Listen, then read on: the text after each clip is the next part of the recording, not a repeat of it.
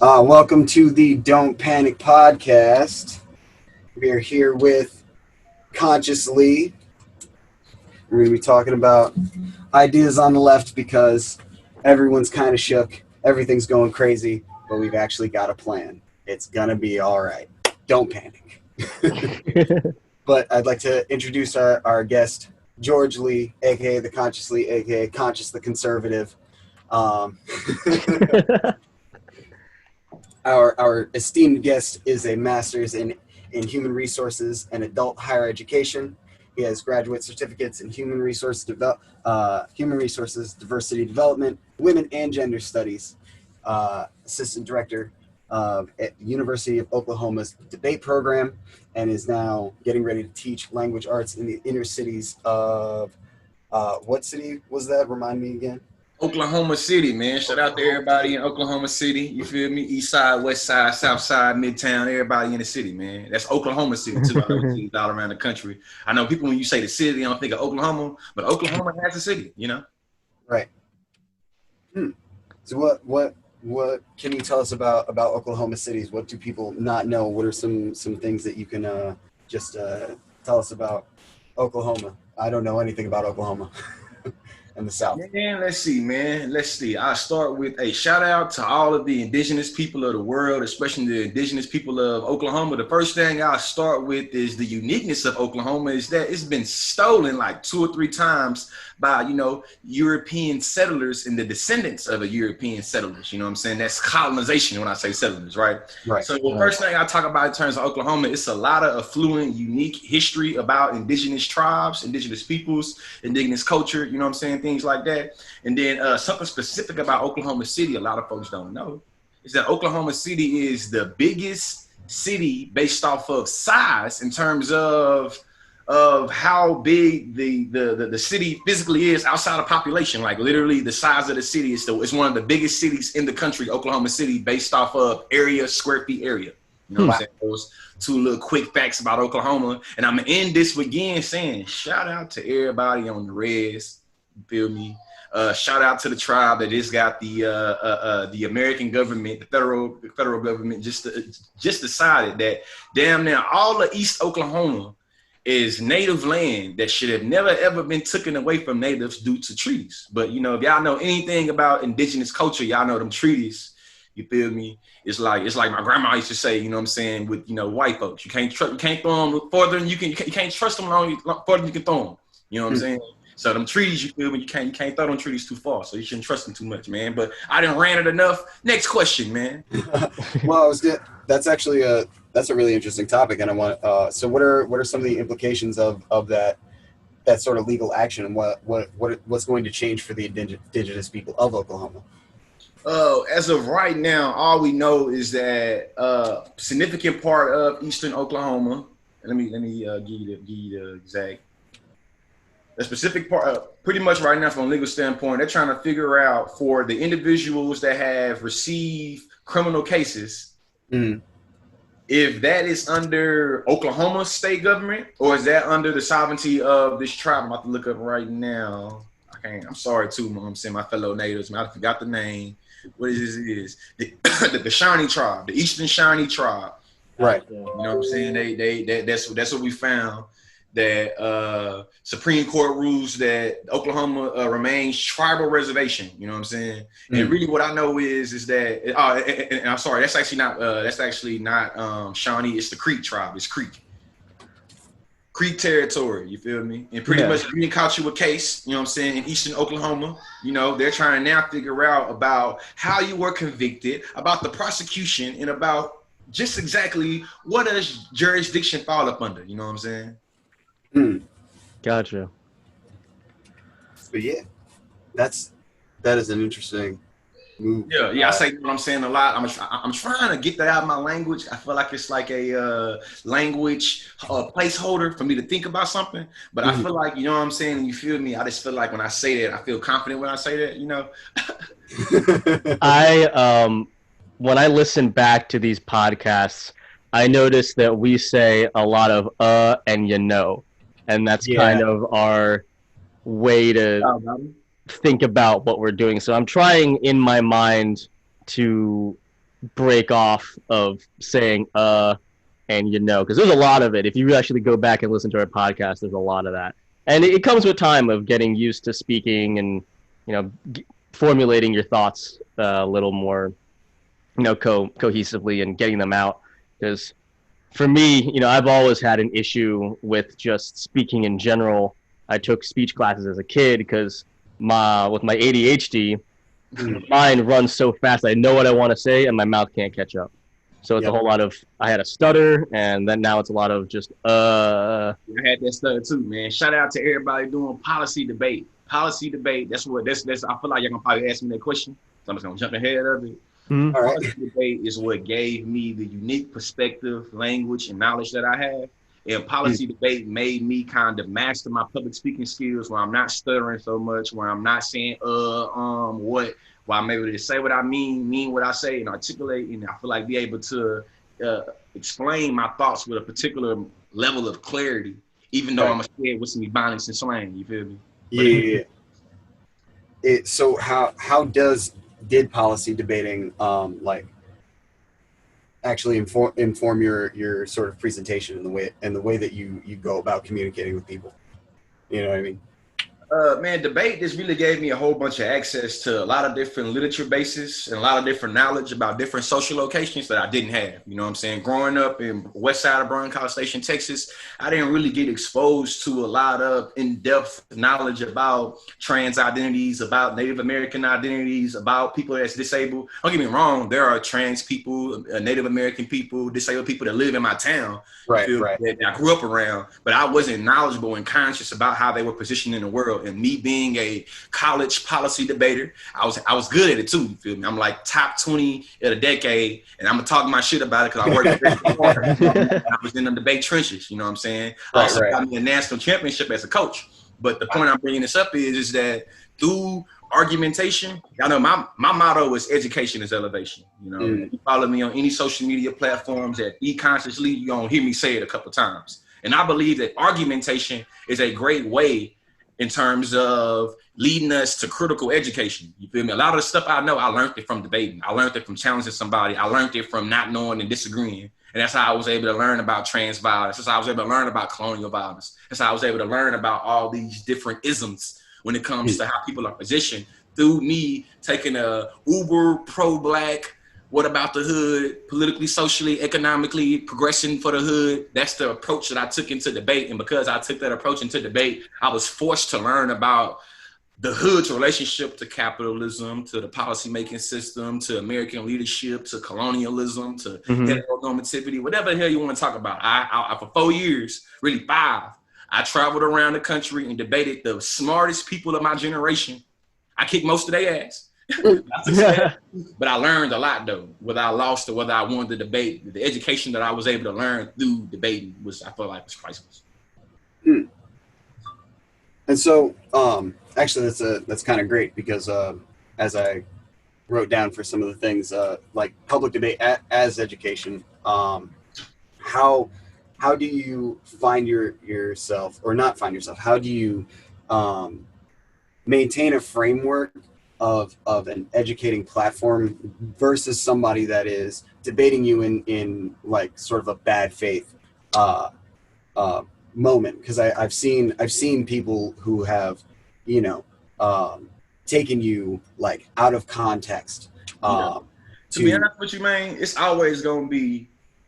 Well, it's just how I started this, man. When I first got into being conscious or being woke, what we call it nowadays, I had read the biography of Huey P. Newton. You know what I mean? Okay. When I read the biography of Huey P. Newton, I came across this quote he had about power. He said that power is the ability to define the phenomenon and make it act in it. I'm going to repeat that. He said that power is the ability to define the phenomenon and make it act in a desired manner. So for me, when it comes to thinking about power and thinking about how I orient myself towards shit, it's going to be certain people I know from the jump, they are dedicated to misinterpreting me. They're dedicated to manipulating my words. They're dedicated to making it seem like I'm talking outside of my neck and I'm just a African-American male that speaks slang and ebonics and that's dreadlock swinging and say, fuck white people. You feel me? I know that people always want to have the most ugliest, ignorant reduction of what I'm saying. They're trying to define my phenomenon to make it act in a desired manner, right? My motto is still education is elevation. So even when I have opponents that are showing me that they are dialectically invested in opposing everything that I say, I think that when I debate those people, I'm not really trying to change their mind. You feel me? I'm trying to clown their ass back to whatever circus they came from, most definitely. You know what I'm saying? But my engagement is not for the opponent. You feel me? The engagement is for my followers to see the application of knowledge. You know what I'm saying? Like people always say, knowledge is power, knowledge is power, knowledge is power. Well, guess what? I'm gonna go a step further with that shit. You feel me? I'm gonna say application of knowledge is where the real power comes in. And for me, when I'm debating people, whether we talking about trans violence or white privilege, I think that regardless of how my opponent being ignorant, stupid, stuck on, lost in the sauce, whatever they lost in the sauce on, my followers, the people that's watching it, gonna get the most education from me engaging this person. That's what I found. Like now I've been in debate for about 10 years, but no cap, I didn't start taking my social media. Well, actually my social media platform didn't start taking off until about a year ago. July 31st is when I got on TikTok. And ever since I've been on TikTok, people been getting more exposure to me and what I think about stuff, right? Right. What I learned though is that my followers love for me to get on people's ass. You feel me? My followers love for me to, you know what I'm saying, read somebody their rights on the intellectual shit. You feel me? But I know that my followers gets the most out of those engagements than any alt-right, white supremacist, sympathizing, anti-black apologists, bootlicking ass. I know that. Forget them. You know what I'm saying? It's for the people. That's how I look at it. Debating, the public debates, it's for the people. You feel me? I'm an edutainer. That's when you get education and entertainment together. You feel me? It's your boy George Lee, aka Consciously. Don't forget the Lee, and I bring edutainment. So I'm gonna whoop somebody's ass on the intellectual level, but it's gonna be very entertaining. You gonna learn a lot too. While you laughing and smiling and being amused, you gonna learn some shit. Yeah. So yeah, speaking about that, I'd love for you to go into depth of like sort of the action and also the mindset you had when you did your fake your faux conservative TikTok profile, and it blew up. Conservative. The conscious conservative, yeah. Yeah, man. Let me see, man. I got my conscious conservative hat, man. So let me switch hats for you real fast. Oh gosh. Switch hats for you, man.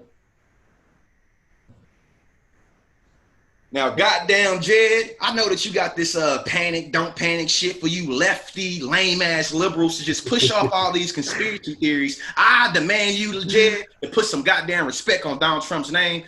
In all seriousness, though, the only reason why I created Conscious the Conservative is because once my platform started taking off a little bit more, I started literally having a whole bunch of, you feel me? I try to be conscious about how I talk about black people that I disagree with in front of non-black people. But for lack of better terms, you feel me? I got tired of trying to use rationale to deal with old bootlicking ass black conservatives. You feel me? I think the reason why I'm calling it bootlicking because I literally think you are metaphorically putting your chest on the ground and licking the boots of white supremacists and anti-black motherfuckers, right? I think Candace Owens, Topher Town Music, King Face, goddamn Clarence Thomas, Herman Cain, I can keep on naming. I think that those black conservatives love to appeal to predisposition, anti-black paranoia. You feel me? White folks paranoid about what black folks do and say, and in my mind, black conservatives walk around white conservatives' faces like, what do the white folks want to say to the black people? But they said they'll be called racist. So if my black ass said I want to be called racist, oh, that's what I'm gonna say. Negroes, if you want the police to respect you, pull your pants up and stop calling each other the N-word. Yeah. And these so my mind is like, I'm just going, instead of me trying to use my debate jargon, my debate rhetoric, my debate perspective to debate them with rationale, I'm just going to perform and illustrate how irrational they are. And what's funny to me is, even when you put it in their face and you give them these contradictions, it'll go over their head. They don't hear what they want to hear. I got a video on TikTok that got 1 million views of me referring to Candace Owens as the queen and talking about how black people only want to support people in our community that's criminals. Like the contradiction in that, right, is that maggot supporters. Yeah, I said maggot support. I'm from the country. My grandpa said he don't know which one is worse, maggots or flies. I say it don't matter. They both attract the shit, right? So maggot supporters would talk shit about the black community already supporting criminality, and they support a whole goddamn criminal. You feel me? He got his criminal record back to the 70s. So to me, I see this being white privilege. Black people are always already tied to anything we could have done bad, anything we done bad. You feel me? If it's Monday, I'm George Lee, I'm a black man. I did some bad shit on Monday. On Thursday and Friday, you're going to always hold me to what I did bad on Friday. What I recognize in terms of white privilege is that white men like Donald Trump have the ability to transcend over their illegal activities, whether we're talking about child molestation, whether we're talking about institutional oppression, whether we're talking about sexual violence, it don't matter. He's always able to prevail. You know what I'm saying? And to me, what I find is that black conservatives will kind of push their chests out and chastise the black community with all this old bullshit, you feel me? But they don't never have that same energy with them white folks, right? So that's the last thing I say, right? When it comes to police brutality, most people in America will bring up black on black crime. Meaning that if you care about gun violence, black people, you should care more about when y'all kill each other.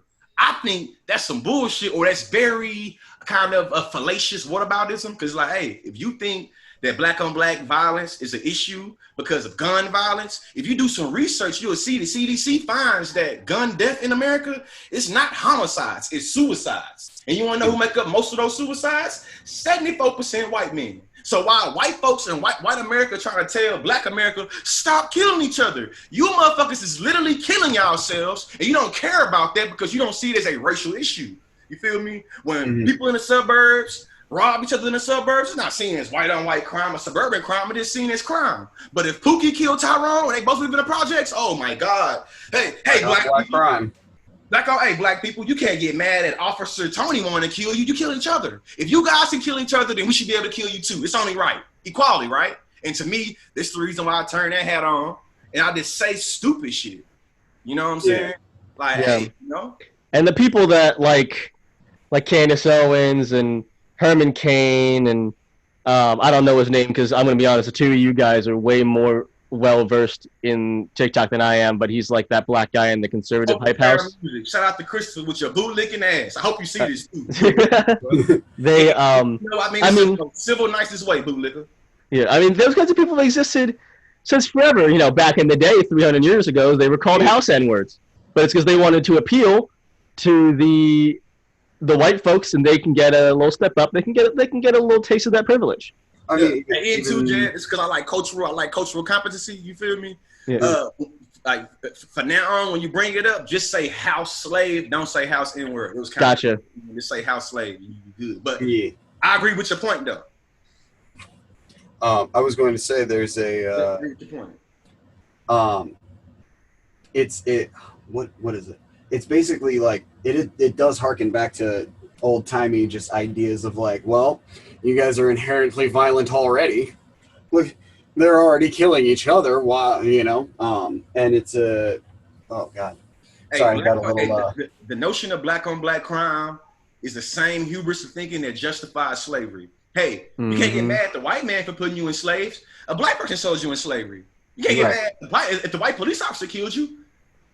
We kill you too. It's like, hey, so next time a goddamn white American getting their head chopped off on YouTube by somebody allegedly a part of Al Qaeda or goddamn jihad, we're gonna say, hey, America, can't get mad at jihad doing it to you. You're doing it to yourself. You're killing each other in movie theaters and schoolhouses and churches. You can't get mad at the Muslim guy. You're doing it to yourself. That logic doesn't operate. It doesn't go that far, does it? I never turn on Fox News and they say, hey guys, we have a threat, international threat from those old terrorists. You know they're gonna be hella Islamophobic with it. They're gonna say some terrorists and we're gonna say Muslims, right? But they gonna never say, well, because this random Lone Star drove 9 hours to Walmart and shot all these Americans, then we shouldn't worry about other external threats to Americans because Americans killing Americans too. Right. Yeah, imagine Tucker Carlson getting on TV and saying something like that. That'd be the day the world ends. What? Oh yeah. Ending. What? Ending. Like, him and his potato face like. So we're really upset about these soldiers dying overseas, but like we keep killing each other. I don't know. I don't know what the deal is. Why are we so upset about that? I don't know. Yeah, speaking of stuff like that, how about Amon Bundy? That was the turnaround I wasn't expecting. Him, Amon Bundy. He was the son of Ted Bundy, the guy who they held up the what was it, the nature reserve? Hell yeah, talking about it. What was that? Colorado with that land they was climbing. Yeah. I mean, he's a super anarcho-capitalist, but he supports BLM, and he went to a protest, and he went on live. He went on Facebook Live, and his entire fan base was like, "I can't believe you're doing this. And you're siding with savages and Antifa and all that." And he was just talking about like, look, man, if we want to be libertarian and we want to be anti-government, we have to you can't be pro-police if you're going to be anti-government. Yeah. You can't be pro-systemic racism, which exists, if you want to be anti-government, because that's all from the government. So he supports BLM, and he went to a protest, and everyone's just like, all his white supremacist fans are like, what the fuck? Oh man, I'm unfollowing you. I'm unsubscribing. Right. They're like, the Bundys are canceled. They're canceled. Yeah, the real cancel culture. Yeah. To me, I always feel like that conservatism has embedded contradictions. Like how you against big government, but goddamn, you think the government can tell this woman what to do with her body? How you against big government and you feel like you can goddamn go out and protest anything you want to, but if the lawman tell me I should only blink 3 times and I blink 4 times and he killed me, my death is justified because I did not comply. The police told me to blink 4 times. I only blink 3. So I must gotta die because, hey man, that's a government affiliate. I don't know a government affiliate. I don't know how to respect authority, and I should always give respect to the state authority. And it's like it's a contradiction, man. Y'all didn't have this much energy when your cousins and kinfolks was goddamn storming state capitals talking about haircuts and shit. You feel me? But as soon as we start taking the streets, you feel me, and talking about goddamn George Floyd, if they bring up, well, we wasn't rioting and tearing up stuff. It's like bullshit. Yeah, dude, you guys were like trying to occupy an entire like state house, and you guys were met with like SuperCom police and like y'all had guns, man. I'm talking about literally I'm talking about black people are murdered for potentially having a gun. These white folks is mad, pissed off, waving their guns, talking about come and take it. Listen, to everybody listening to the Don't Panic podcast right now, I want you to just close your eyes. Right. All right, we're gonna close our eyes. Closing our eyes. Imagine a group of black people. You know what? White folks love bringing up Chicago. Imagine a group of black people in Chicago telling anybody to come take my gun, come get it. How does that look? How would that be interpreted? A group of black men saying, come and take it, waving their guns. Well, clearly the new Black Panther Party has affected our youth. They're radicalizing and mobilizing, and they might have joined forces with ISIS. Yes. For domestic terrorism. Yeah. Oh, absolutely. There would be absolute panic on Fox News. Caitlin Bennett would probably be crying and like holding up in her bunker with her poopy pants. Their poopy pants. Fucking Violent Magic Sin would be wearing his like tactical gear, getting ready to like shoot out his door in the suburbs. So I have 2 things. One, you remember it was in Stone Mountain, Georgia, right? That group of armed, there was maybe like 50 of them, armed black men and women, who marched through Stone Mountain. And everyone was like, this is the beginning of the end. All white people were like, the blacks are uprising, blah, blah, blah. There's the contradiction right there. They didn't act like that when... Not fucking around coalition, right? Yeah. They didn't act like that when the white people were actually storming capitals. These guys just marched down a street. They weren't screaming at cops and waving their guns around. They were being respectful and following. They had trigger discipline and everything. Yep. No matter though. Just when I was in college, my last year debate, I was able to cause some controversy Me and my debate partner was able to get into the Washington Post and had different universities who was whooping their ass so bad they had to call the president. Like, hey, president, you got some debaters. They're both black from the hood. They have dreadlocks. They use the F word and the N word, and they talk a lot about white supremacy. You need to do something with those Negroes, right?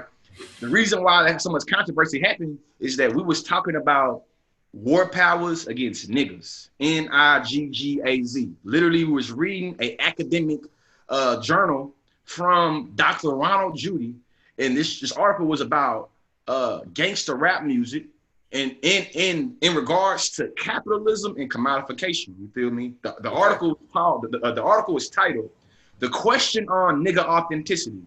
You feel me? The reason why I'm bringing y'all up is that Ronald Judy has a little line in this where he says that Black people can never be seen as a community. We can only be seen as a group.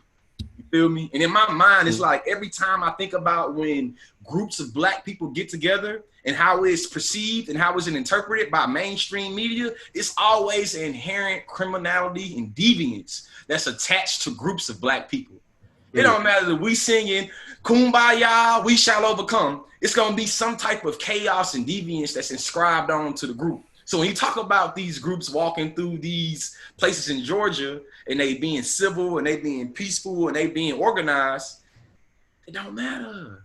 They still seen as being a bunch. Right. Seen as a group of the other. A group of the other, man. The RICO charge, it's a gang right there. It's a gang now. It's a gang. RICO charge them up, figure out who the OG is, and if they selling any narcotics, I'm gonna make sure we gonna put them in jail. You know. Right. Yeah. And you know, it's really kind of like almost theatrical the way that discourse has evolved. Yeah. Especially on TikTok, where it's not debate, it's just people looking for gotcha moments. Like the biggest one going around is, the body cam footage from George Floyd released, right? Oh, he wasn't really obeying orders. It's like, who fucking cares? I'm telling you, for me, no, it's one of the contradictions, man. Literally, harsh and unusual punishment is in the Constitution.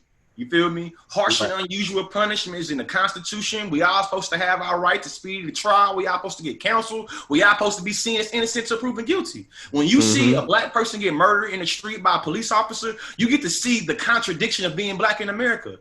All those constitutional rights I just acknowledged is going to be suspended, null and void. What you mean innocent until proven guilty? He obviously was under the, George Floyd was obviously under the judgment. He was impaired under the influence or something. So it's definitely justified. Like what? I'm talking about literally, we're talking about the Bundys. You feel me? The Bundys had a damn armed standoff. Right. And they lived to tell the story. You feel me? Black people can talk back to the police officers and get killed on sight. Yeah, and you know what? All the right-wing conservatives and all the moderates, and you know what? Some liberals do this shit too.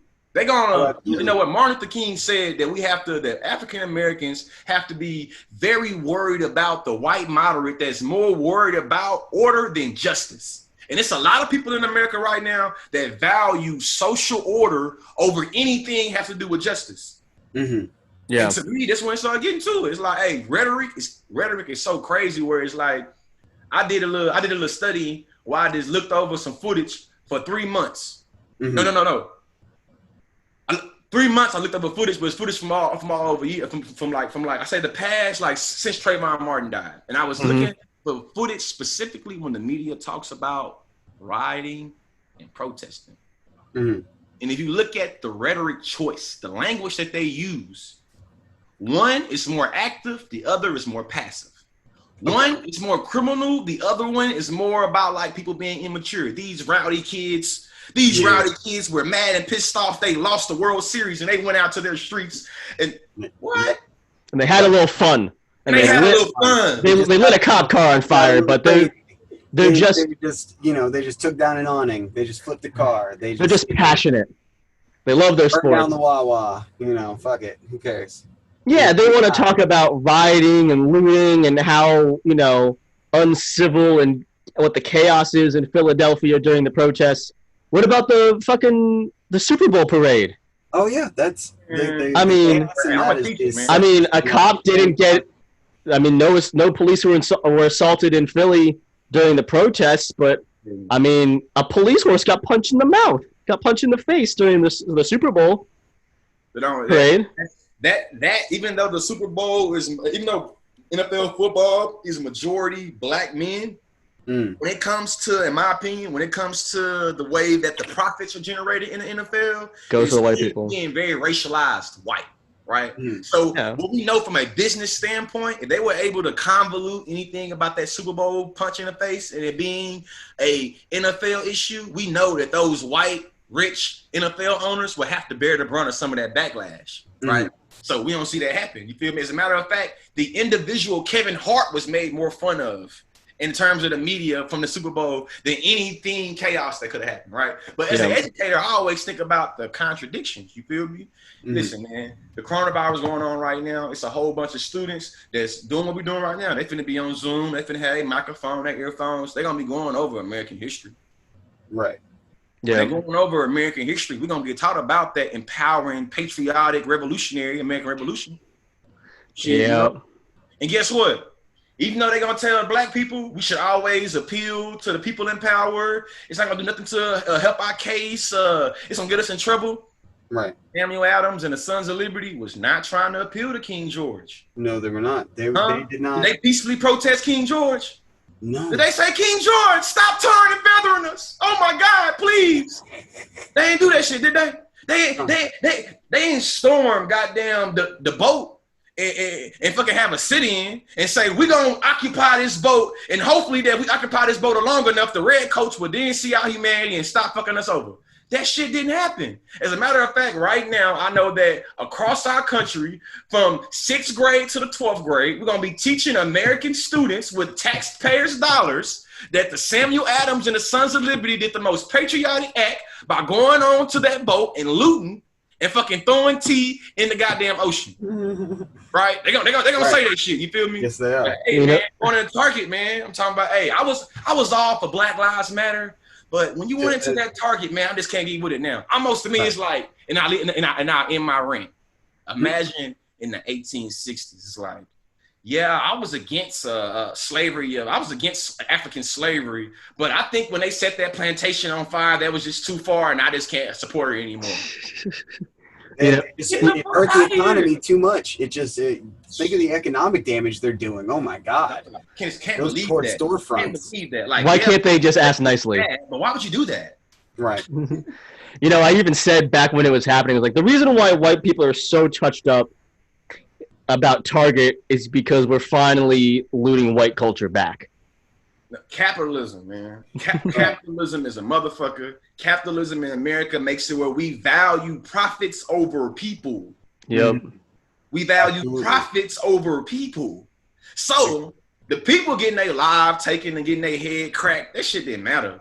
Once you went into that Target and you made it where the owner of Target can't feed their family and pay their bills, oh, that was the great goddamn crime against capitalism. See, black death is a part of capitalism. Black suffering is a part of capitalism. It's structural to the capitalist system. You know what I'm saying? Absolutely. Like, capitalism would not operate without at least 10% of its population being in poverty. What I know about capitalism is it's not colorblind, it's not gender blind, it's not like it's very racial, it's very gendered, it's very sexual, it's very ableist. Feel me? With that being said, shit, capitalism don't give a damn about no general welfare. Capitalism care about them profits. And best believe it's a whole bunch of white folks. I hope you know it's a whole bunch of Americans. Because you know what I've learned is that whiteness is so powerful. It's a lot of Black Americans and Asian Americans and Native Americans that's lost in the sauce of white supremacy, that's been seduced by whiteness as well. And they buy into notions of anti-blackness and buy into notions of making people of color see as being inferior, right? So what I recognize is when Trayvon Martin got murdered and when Eric Garner got murdered and Sandra Bland, a lot of people weren't really tripping on that shit. It didn't affect them. Yeah, that's something we talked about in previous episodes with some guests, was about anti-blackness in Asian communities. Oh yeah, I'm well versed on it, man. That's my hey, Afro-pessimism. Shout out to Dr. Frank Wooderson, Dr. Jared Sexton. You feel me? Dr. Cydia Hartman. You know what I'm saying? Dr. Calvin Warren. Them the Afro-pessimists that I learned from, and I learned a lot about, you know what I'm saying, anti-blackness and, you know what I mean, the Asian community.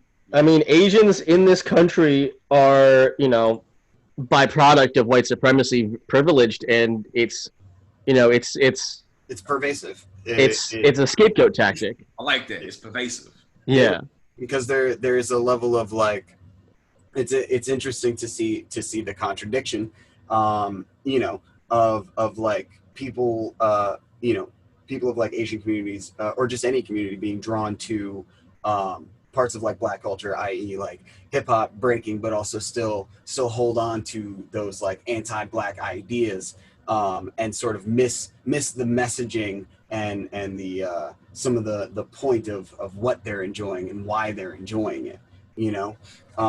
There's like a capitalism has sort of found a way, and it's done this with a lot of art forms, found a way to appropriate and then repackage what was anti-establishment art, and then work it so that it then, what's the word I'm looking for? Caters to the status quo. Caters to it, man. Like, to it. And so that sort of, it becomes this weird like Ouroboros of just fuck shit. I think that's what I like about Afro-pessimism as literature, though, as literature-based. I think it's a lot about how Blackness and Black people are situated within civil society. And when I say civil society, it's a fancy-ass word for talking about Western society. Gotcha. So it's literally just talking about how, from a capitalist standpoint, like most Marxists and Leninists and all them people that talk about the economy, they be more focused on exploitation. Mm-hmm. And, what I'm saying, things like that, right?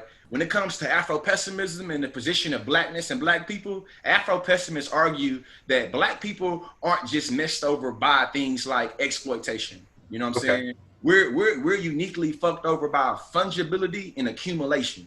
You feel me? Like, from a Marxist standpoint, you feel me? They look at it like, the proletariat and the bourgeoisie, they workers.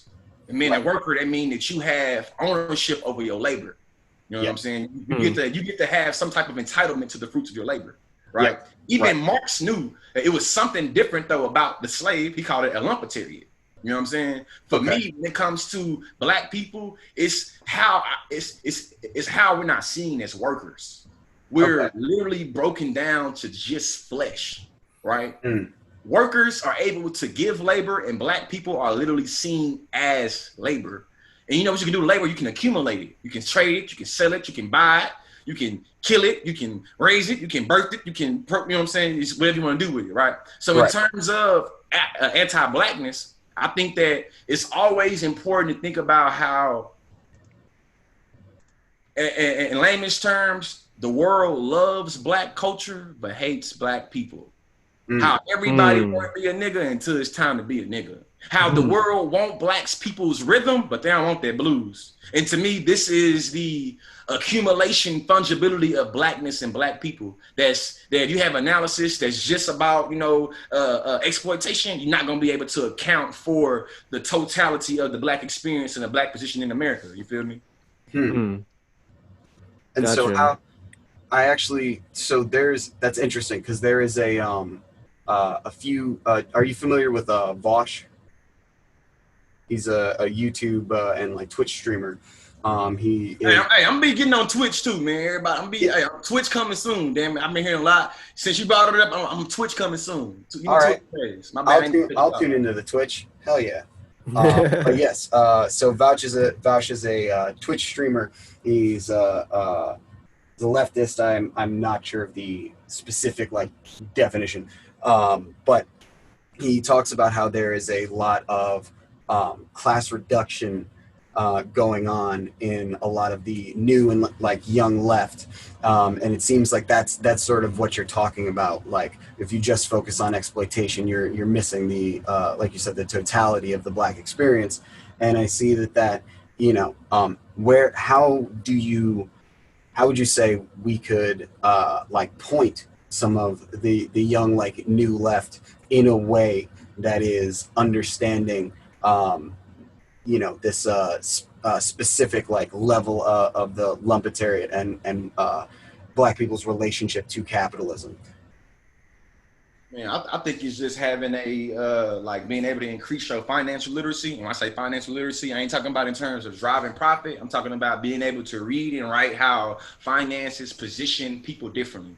So I think that from a position of blackness, I recognize that a lot of people champion the civil rights movement for giving this great mobility to black people, when in actuality, it only mobilized 1/3 of black people. And most of those black people came from higher socioeconomic backgrounds, i.e. middle-class black people. A portion of them were mobilized by the civil rights movement, right? Me, when I think about how some previous organizations like the NAACP or other organizations maybe not have the ability to talk to black people like in the hood or like at the bottom, you feel me, about the poorest of the poor black people. I started thinking about how economics and class literally shapes the uniquenesses in our experiences, right? So I flip that and take it out the black standpoint and think about just lefty ass, liberal ass conservatives, lefty ass, liberal ass candidates that we got from this here election, right?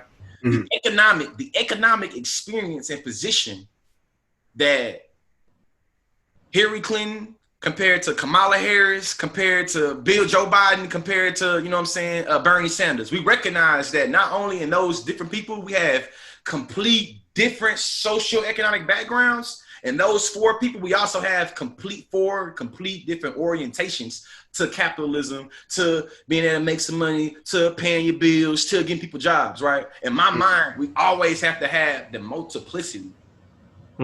How multiple things and people are positioned differently. You feel me? Going back to blackness, one of the fallacies of white supremacy is that it makes blackness a monolith. All black people can dance, all of us can sing, all of us can rap, all of us can jump, right? The multiplicity of blackness is something that is kind of fought against by white supremacy. All of us don't like to dance and rap. Feel me? Some of us want to goddamn sing opera. You know what I'm saying? Some of us don't have no interest or desire to go bounce a ball. Some of us want to be scientists and politicians. So understanding that the multiplicity of blackness is something that's always being opposed. To me, I think from a class standpoint, you got to always recognize that different people got different investments in capitalism. And some of us is more lost in the sauce of capitalism than we want to believe. You know what I'm saying? So to all my young people out in the left, go and do some research, not no me search, you feel me? Some research about the people that came before us and what they was able to do. You know what I'm saying? Like a lot of the civil rights, the Black Panthers, the New Republic of Africa, even the Brown Berets and the AIM, American Indian Movement, at the core, a lot of that shit was anti-capitalist. But you gotta recognize that how a lot of those different organizations had different orientations towards being anti-capitalist, which means ain't no one size fit all, man. Right. There is a. I think that the more research I've done into anti-capitalist like thinkers and whatnot, there is that multiplicity of like. There's a lot of them, and in the literature base, it's anti-capitalist that don't like anti-capitalists because they have a fundamental disagreement on the strategy, method, perspective, definition on how they should resist capital or how capital functions. Right. Yeah. Exactly. And that's I find that really interesting because that's like a very, it's a very popular meme, leftists and it'll be like leftists and slightly different leftists, and it'll be like two guys with knives at each other's necks. And that's like just a common sort of theme. And it's interesting. Or it's like that Willie from The Simpsons meme where he's like, "Goddamn leftists, they ruin leftism." To me, man, that left-right shit, you feel me? I know that right now most people can only interpret people through the left-right paradigm. Just so we clear, you know what I'm saying? Like I know, like I recognize that my perspective, my things that I present falls more in line with leftist thinking. Yes. We asking though, in general, I identify as an unapologetic black man. That means I'm politically, socially, economically for the progression of black people, and I recognize both the left and the right are implicated within the system of anti-blackness, and both the left and the right is literally just two different sides of the bird that I call white supremacy. So though I recognize that there are some great things that liberals can do, or some good intentions liberals or leftists might have for the black community and understanding blackness and black people, I still recognize that it's something structural about anti-blackness that both the left and the right implicated in. Whether we're talking about the war on drugs, whether we're talking about the prison industrial complex, whether we're talking about disenfranchisement, both the left and the right implicated in that shit. Absolutely. Yeah. I mean, I definitely find that the left is a little more keen on the notion of addressing systemic racism and, you know, being pro-black and all that, but it doesn't mean that, you know, they're not implicated. Hell no. Hey man, George Floyd died in a blue state. He died in a blue city. You feel me? Well, I don't like to play them bipartisanship bullshit ass games because I think that when it comes to black suffering and black death, I think that both are implicated. You feel me? And Elijah McClain murdered in a democratic state, in a democratic city, in a democratic mayor, in a democratic police chief. Absolutely. And well, I think that the one of the core things like that the left versus right focus that discourse has nowadays is really just a distraction from the fact that like Democrat and Republican, to get a little bit more specific, Democrat, Republican, liberal, conservative, they all still, for the most part, fall in this like pro-capitalist authoritarian place. You know what I mean? Like even to the like real super lefties. You know what I mean? Bernie Sanders is an imperialist bootlicking pig dog. You know what I mean? Exactly. And that's, you know, that's like a super left perspective. And like we have to understanding that like what's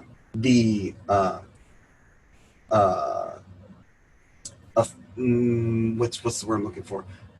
The things that basically produce black suffering and black death, and then also the suffering of other intersecting identities is coming from, you know, the capitalist framework. You know what I mean? I look at it in terms of history is that capitalism was brought to the Western world by the European settler colonizers. You feel me? The Dutch, the Portuguese, the French, the English, you know what I'm saying? That's who brought the capitalist system over to this world, over to the Western world, you know what I'm saying, right? So when I think about like left and right, I think about it from a very historical standpoint. To think about like a Democrat or Republican, it's not just like some new 2020 political phenomenon shit. You feel me? In my mind, it's like, hey, a Democrat and Republicans both colonized native lands. Both Democrats and Republicans were able to own a slave. Both Democrats and Republicans were able to whoop their wife ass and say, bitch, where my sandwich at? And it's not, you know what I'm saying? So in my mind, it's like when it comes to structural violence, that's what I'm talking about. Structural violence, a lot of the positions that we're talking about is implicated within the structure. You cannot separate being a liberal or being a conservative, being a Democrat or being a, you know what I'm saying, Republican from the capitalist system, from what it means to be American, from colonialism, from settler, you know what I'm saying, from slavery, from all these things. It's like, hey, no, your identity of what it means to be conservative, it's literally structured around these issues of colonialism, of slavery, of international. What is keep on going? It's like I keep on going with the shit. You feel me? And it's just I can't get past that. I live in Oklahoma. I'm from Texas. They say that Mexicans is trying to take this place over with. They don't recognize that a lot of those people they identify as Mexicans, they are really people of indigenous descent. Meaning they ain't taking shit from you. They been here. Right. They been here. They ain't never left. You were there. You showed up here. You're the guest. I love the conservative contradiction of telling Native Americans to go back to their country. Oh my God! To me, colonialism is so deep, man, that it literally seeks to make itself indigenous everywhere. That's the goal of whiteness: is to be seen as indigenous or to be seen as being natural everywhere. So as the norm. Billy Bob Thornton from goddamn middle of nowhere, Tennessee, can tell, you feel me? You know what I'm saying? This person that was like, they've been in America for 10 generations. Tell them to go back where they came from. Yeah, like also the amount of white people who assume that if you're of color, you're not from here. Yeah. Yeah. Hey, to me, this is all the contradictions it's getting at. If on one note, conservatives say we should put our differences to the side and only focus on being an American. But on the other end, we see that being an American has a particular relationship to all these differences. You know what I'm saying? To me, I posted a video on TikTok about 2-3 days ago of a Black Lives Matter rally. They're saying Black Lives Matter. The people that is protesting the protesters are screaming America. Obviously showing that when we say America, there is a particular racial identity that comes to mind. And there's particular racial identities that don't come to mind. Being real. I also love the contradiction of the response of all lives matter to Black Lives Matter, because it's just like, you know, oh, so you're saying all lives matter, but you're not including Black lives? Where's the thought process there? Where did that one clear all the checkpoints in your brain? To me, that contradiction goes further, man. It's 3 LMs, lives matter, right? It's ALM, all lives matter, and it's 2 BLMs, Black Lives Matter and Blue Lives Matter. What I find is that you don't usually hear all lives matter being said as a response to Blue Lives Matter. To me, the contradiction is obviously black. The word black triggers y'all. So when the laws say Blue Lives Matter, you don't say, no, all police officers, all jobs matter, all lives matter. You don't say that. You say we back to blue. But when black people say Black Lives Matter, you either say it or you say all lives matter. You know what I'm saying? To me, I think it's triggering to me, I was talking about racial illiteracy. To me, all lives matter versus Black Lives Matter versus Blue Lives Matter exposes how racially illiterate America is. And you know, it all lives matter. What it is it's a go-to for what's the best word for this? Faux virtuism. It's to pretend like, you know, you give a shit about all the issues, but in reality, in your subconscious, what you want to do is you want to erase the black part of it. Yeah, you want to end the conversation, and you'd like to whisk away the bad feels of the understanding of racism and its ties to, you know, because you don't want your status as a privileged white person to be questioned, and that's what that is. You know, it's feelings of safety and comfort, which is what privilege is. How do I have white privilege? I've been sad before. Hey, man, hey. Get ready to get up. I got to go do something, you know what I'm saying, in a few minutes. But listen. Yeah. GeorgeLeeSpeaks.com is where y'all can find any information about booking. I know right now I've used a lot of colorful language. But for, you know, people that kind of think about a more blue collar professional setting, you can go to GeorgeLeeSpeaks.com. I do workshops, facilitation, and trainings about diversity and inclusion and about professional development.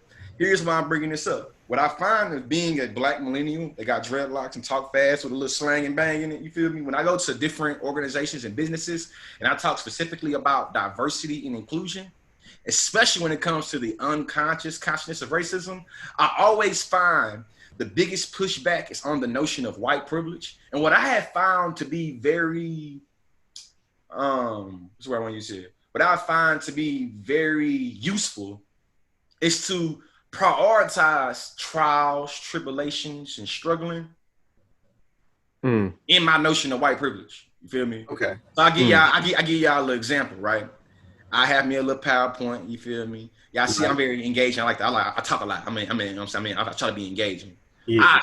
I stood in front of my computer and do this to my computer. You feel me? To the screen. Like, white people. This is specifically for y'all, white people. I'm about to get into a subject that I know piss off a lot of people. I want to be very clear. My intention is not to target anybody. I'm not trying to demonize nobody. I'm just trying to keep it real with you. The concept of white privilege, white people, does not mean you ain't never struggled. White privilege does not mean that white folks don't experience poverty. White privilege does not mean that all white people are born with a silver spoon in their mouth. White privilege does not mean that you got an oil in your backfield. It don't mean that goddamn you ain't never been through shit. White privilege merely means that all your trials, tribulations, and shortcomings in your life has not been a result of your skin color. And recognizing that some people's shortcomings, trials, tribulations, struggles is a literal notion or result of their skin color. Again, white people. white privilege does not mean that white people can't experience sexism or ableism or patriarchy or goddamn classism. It doesn't mean that. It doesn't mean that white people don't struggle. It means that white people don't struggle because they are white. And what I find is that when I explain it that way, even the most whitest of the right-wing person that won't disagree with me, I think when I explain it that way, they can't just gloss over what I said and they say, but I ain't. It's like, no. I didn't say that you ain't been through nothing. I didn't say that. Right. And I think that's part of the reason why a lot of, I'd say most white conservatives espouse, bootstrap theory, is because that's another way to remit, I don't want to say blame, but the attribution of blame. It's straight up white privilege. I grew up and I got 80 hours a week. Your parents didn't work there. It's your fault. It's your fault your parents is lazy as shit. My dad my dad worked hard. It's so they can take poverty, which is, mostly a racial issue, and most of the people in poverty are of color, and they can just chalk that up to personal choices. Like, oh, well, you just made bad decisions, and that's why you're poor. And that's why they espouse bootstrap theory. So they don't have to take that and move it over and actually address the issue of white privilege and systemic racism. It's their way of escaping that. Capitalism, no. To me, I did a video before I got on this. I was mowing my yard earlier. I did a little video about communism and capitalism. And in this video, I pretty much just talked about how one of the reasons why capitalism is hyped up so much is because it's able to justify the colonial and slave violence, right? We know that capitalism breeds competition. In my opinion, how we justify stealing native land, how we justify enslaving Africans is that there was a competition. Might is right. We was in war. We won. So in my opinion, you feel me? You're able to use capitalism and the notion of might is right, and you feel me? What's strong is gonna prevail at the end of the day to be able to justify shit like colonialism. To be able to justify shit like, well, if I have a monopoly over the market, that's not my fault. The market chose that way. Even though we got laws against monopolies, we see that the law is always something. To me, I in this quote with this little simple thing I was told by one of the elders when I first got into consciousness, right? Yep. He said, Lil George, laws are created by powerful people to control powerless people. And the law always has a different orientation towards powerful and powerless. And I think capitalism is obviously par excellence trying to be able to make sure that's status quo. All right. Yeah, absolutely. Because it's it's true. I mean, like when you think about the way that laws sort of function in the United States at a certain economic status, it's just a tax on being a dick. You know what I mean? Like you can be a really broke dude and steal bread because you're hungry, and you'll get 10 years because you couldn't get it because your public defender is absolutely swamped with cases, can't really like function because he's got 3 hours of sleep. Mind you, there's some dude who works for like Enron, and he scammed 100 people out of like X amount of dollars. People out of $100 million. He got 2 years. Right, exactly. He got probation. Right. And it's like a cushy little situation too. Personal, Yeah, the Wells Fargo people never saw any prison time. So the Wells Fargo people, I mean, they were signing. They were signing up. Yeah. And petty crime is always viewed different. You feel me? To me, this is one of the issues of one of my criticisms of capitalism is that based off of your socioeconomic background, that's literally going to determine how your crime is being, understood. We got blue collar crime, white collar crime, but just crime. You feel me? And to me, I think that we'll be able to see there's a lot of notions of race and racism through how these markets or how these crimes are constructed. You know what I'm saying? We can look at the racial demographics in terms of what percentage of Mexican, Native, Black people make up individuals that are convicted for blue collar crime. What population, what percentage of Black, Mexican, Native, Asian people make up the percentage of people convicted for petty crimes? And then just keep on, I think that we'll be able to see that, hey, man, it's a reason why when you break a law, all the consequences, damn near 90% of the laws, I think, you feel me? Correct me if I'm wrong, y'all. Say you can pay a fine or do jail time. You can pay a fine or do jail time. Right. So if you ain't got no money to pay no fine, you probably gonna be doing a jail time. Exactly. Yep. And then that just leads into the larger thing of, the kind of people that they jail and why, and, who can vote and who can't. That's a whole other conversation, but it's all a part of the same structure. I'll make it quick. United States federal. It's the last thing I'm gonna say, so I gotta hop out. Yep. United States federal government United States federal government shall prohibit slavery except for punishment, conviction of crime. Except for punishment, conviction of crime. Mm-hmm. Yep. Right. That's 13th Amendment. That's what it say word for word. Article 1. Right. Yes, sir. If you think about who was more likely to be punished as a conviction of crime, it is not ironic that the descendants of slaves are like 6 times more likely to be convicted of a crime. Yep. When you think about the prison-industrial complex, and you think about the demographics of it, it's like, hey, America say it's the land of the free, but we got the biggest prison population in the, you know what I'm saying, in the goddamn developed world. And what we recognize is that majority of those people in that prison are black and brown people. Right? My question is very rhetorical. And now they can't vote. We abolished. Is slavery really abolished? Is slavery really over? Yep. Right. Free the fam, man. Free the fam, man. Free all my niggas locked up, man. Real talk. Right. Anything you want to plug before we sign off? Man, y'all can follow me if you're interested in getting any more of these edutaining perspectives. You can find me at the ConsciousEdutainment. That's spelled, you know what I'm saying, the correct way. Holla at the, you know what I'm saying, don't panic for the handle, but I'm at the ConsciousEdutainment on all social media platforms. You know, you can also find those social media platforms, Stu, GeorgeLeeSpeaks.com. And then in conclusion, I also have a podcast. My podcast is called The Chop Up Show. You know what I'm saying? And actually, me and my co-host been trying to figure out how to do some collabing too. You know what I'm saying? So I have to rap with y'all about, you know what I'm saying?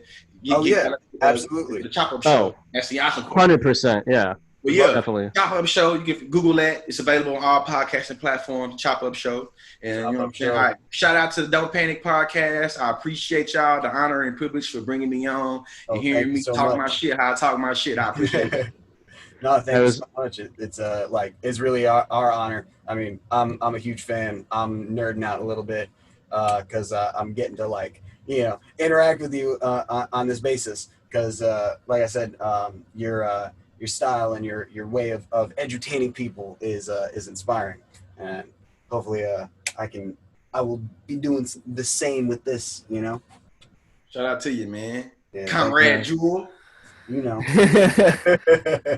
All right, thanks, man. We appreciate it so much. Yeah, appreciate it, man. Shout out to y'all, man. All right, have a good night. So much. All right. I'm gonna hit stop record. Oh wait, hold on. Don't stop recording. Don't stop recording. Okay. Give us a little an official sign off. That was our excellent interview. Thank you for listening to us chop it up with the ConsciousEdutainment on the Don't Panic podcast. Don't Panic Podcast on Spotify, YouTube, patreon.com/Don't Panic Podcast. Don't panic. Don't panic. Chill out.